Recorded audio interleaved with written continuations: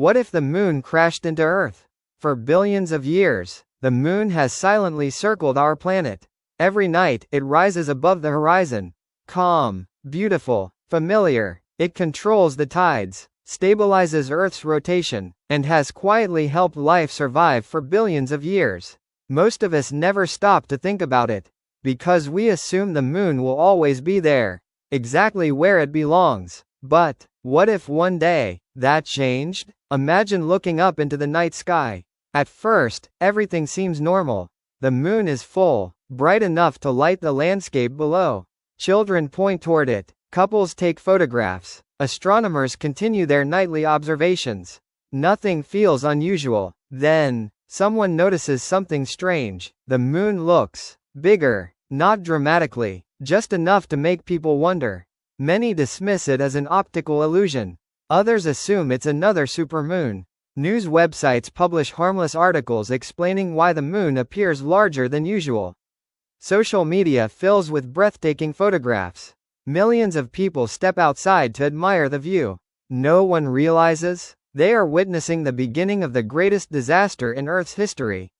Hour by hour, the moon continues growing larger. Not because it's changing size, but because it is getting closer. Scientists around the world begin checking their instruments. Radar systems confirm the impossible. The moon's orbit is changing. Something has disturbed it. No known force should be capable of doing this. Yet the data leaves no room for doubt. The moon is falling toward Earth. Emergency meetings begin immediately. The world's greatest observatories compare their calculations. NASA, ESA, JAXA, space agencies across the globe all reach the same terrifying conclusion.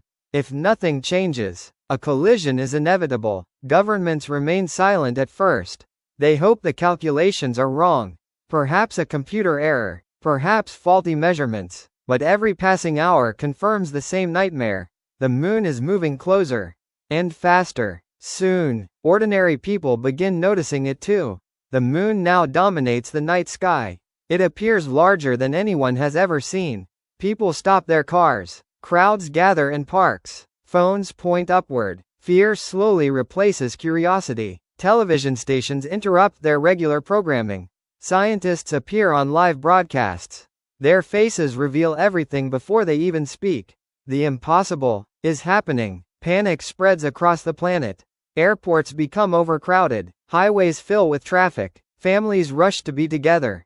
Religious gatherings fill churches, mosques, temples, and synagogues. Across every continent, humanity shares the same terrifying question.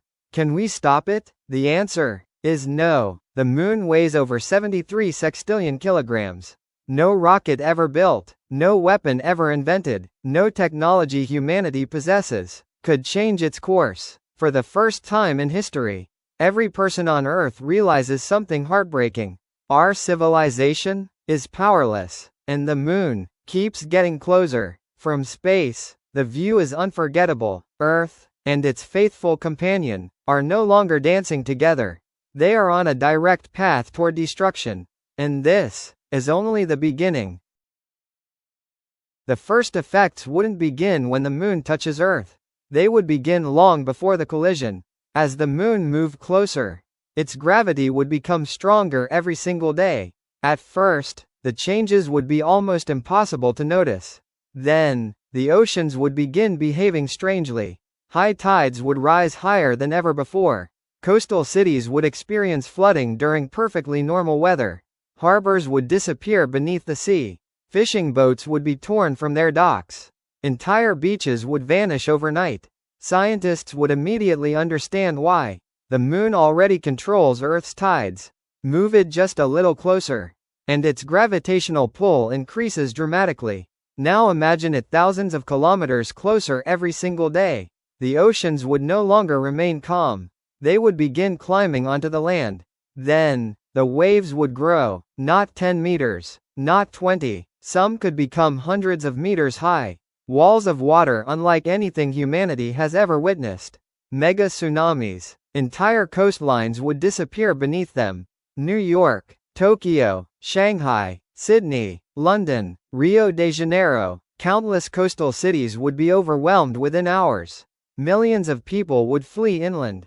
Roads would become completely blocked. Fuel would run out. Food supplies would disappear. Panic would spread faster than the disaster itself. But the oceans would not be Earth's greatest problem. The moon doesn't only pull the sea, it pulls the planet itself. The solid ground beneath our feet would begin stretching. The Earth's crust would bend under enormous gravitational stress. Invisible at first, then, cracks would begin appearing across the landscape. Small earthquakes would become daily events. Soon, powerful earthquakes would strike almost every continent. Buildings collapse, bridges fail, entire mountain ranges begin shifting. Deep beneath the oceans, ancient fault lines awaken. Volcanoes that had slept for thousands of years suddenly erupt. Ash fills the sky. Air travel stops across the world. Sunlight begins disappearing behind enormous clouds of volcanic dust. The planet slowly transforms into a world of darkness, fire, and endless destruction. Still, the moon continues getting closer. Now it fills nearly half the sky. You no longer need a telescope. Its craters are visible with your own eyes. People stand outside in complete silence, watching the impossible unfold. Children ask their parents, "Why is the moon so big?" No one knows how to answer. Astronauts aboard the International Space Station witness the terrifying truth from orbit. The moon no longer looks peaceful. Its surface is beginning to crack. Powerful tidal forces are pulling it apart. Gigantic fractures stretch for hundreds of kilometers. Massive boulders break free and drift into space. Some begin falling toward Earth. The first impacts are relatively small. Cities witness blazing fireballs crossing the sky. Then larger fragments arrive. Each impact releases the energy of multiple nuclear explosions.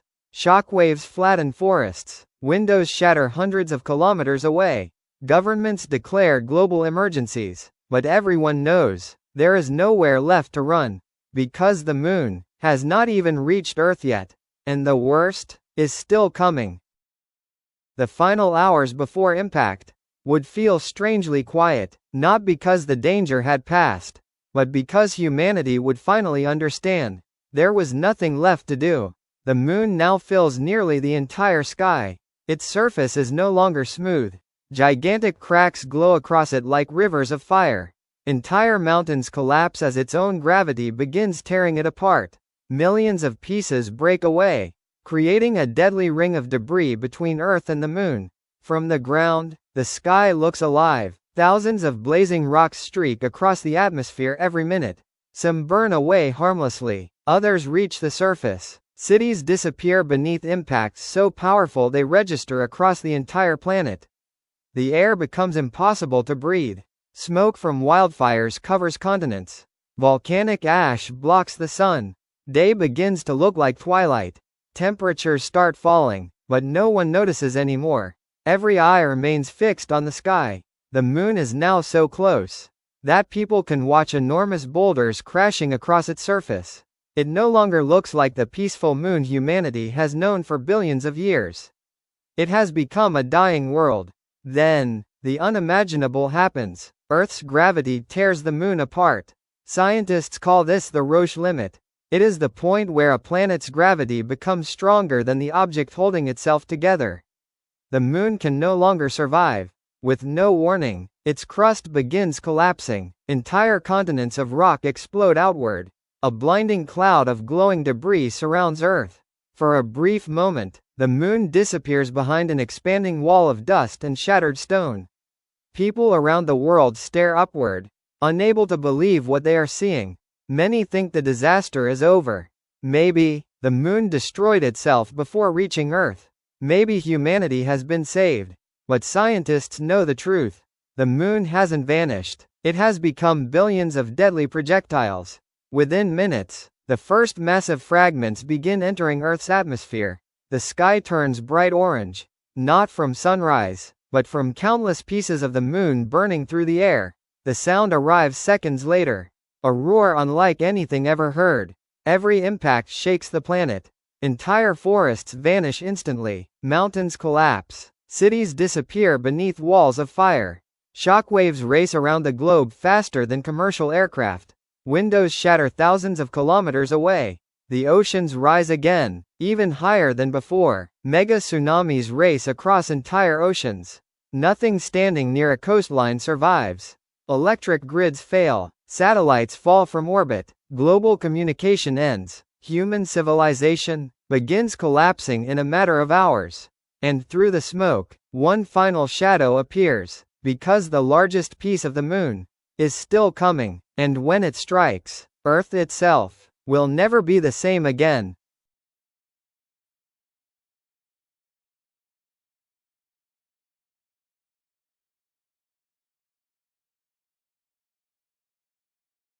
Then, it happens. The largest remaining piece of the moon finally reaches Earth. For one breathtaking second, everything becomes silent. The sky is completely filled by an object hundreds of kilometers across. It blocks the sun. It blocks the stars. It blocks the entire horizon. People everywhere look up, knowing they are witnessing the final moment in Earth's history. Then, impact. The collision releases more energy than every nuclear weapon humanity has ever built. Combined, the ground beneath the impact site doesn't simply crack. It vaporizes. Solid rock instantly becomes superheated plasma. A crater thousands of kilometers wide begins forming in seconds. The force is so unimaginable that mountains are flattened before they even have time to collapse.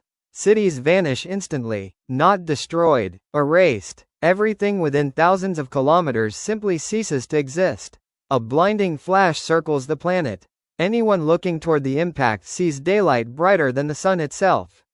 Seconds later, the shockwave arrives. It races around Earth faster than the speed of sound. Entire forests are ripped from the ground. Skyscrapers bend like paper. Bridges collapse. Everything standing is thrown to the ground. Even on the opposite side of the planet, no place escapes. The oceans respond next. Water rises into gigantic walls unlike anything in Earth's history. Mega tsunamis, several kilometers high, race across every ocean. Continents disappear beneath them. Ships are tossed inland. Entire islands vanish forever. But the destruction is still not over. The impact throws trillions of tons of molten rock into space. Hours later, that same debris begins falling back to Earth. The sky turns red, not from sunset, but because the atmosphere itself is burning. Every falling fragment becomes another meteor. Millions of impacts ignite forests across every continent. Within a single day, most of Earth's surface is on fire. Smoke and ash rise higher than the atmosphere. The sun disappears behind an endless black cloud. Temperatures begin dropping rapidly. Photosynthesis stops. Food chains collapse. The oceans slowly begin dying. Every ecosystem on Earth starts falling apart. From space, our planet no longer looks blue. It glows deep red beneath a blanket of ash and fire. The beautiful world that humanity called home has become almost unrecognizable. And yet, the greatest challenge has only just begun. Because surviving the impact would be far easier than surviving what comes after. Sen. If anyone somehow survived the impact, their struggle would only be beginning. The skies would remain dark for years. Trillions of tons of dust, ash, and vaporized rock would block sunlight from reaching Earth's surface. Scientists call this an impact winter. Without sunlight, temperatures around the world would continue to fall. Crops would fail. Forests would die. The oceans would lose the tiny organisms that produce much of Earth's oxygen. Food would become the most valuable resource on the planet. The few remaining survivors would likely abandon the surface. Deep underground shelters, subway tunnels, military bunkers, and caves would become humanity's last refuge. Life would never be the same again. There would be no cities, no airports, no internet, no countries, only small groups of survivors trying to stay alive one more day. Animals would face the same fate. Many species would disappear forever. Entire ecosystems that took millions of years to evolve would vanish in only a matter of months. The Earth would slowly begin rebuilding itself. But that process would take millions of years. Long after humanity was gone, new mountains would rise, new oceans would form. Life, somehow, might begin again. Thankfully, this terrifying scenario is almost impossible. The moon is slowly moving away from Earth by about 3.8 centimeters every year, not getting closer. Its orbit is remarkably stable, and there is no scientific evidence that it will ever crash into our planet. In fact, our moon is one of the main reasons life has remained stable for billions of years. It controls the tides, it helps stabilize Earth's tilt, and it keeps our climate far more predictable than it would otherwise be.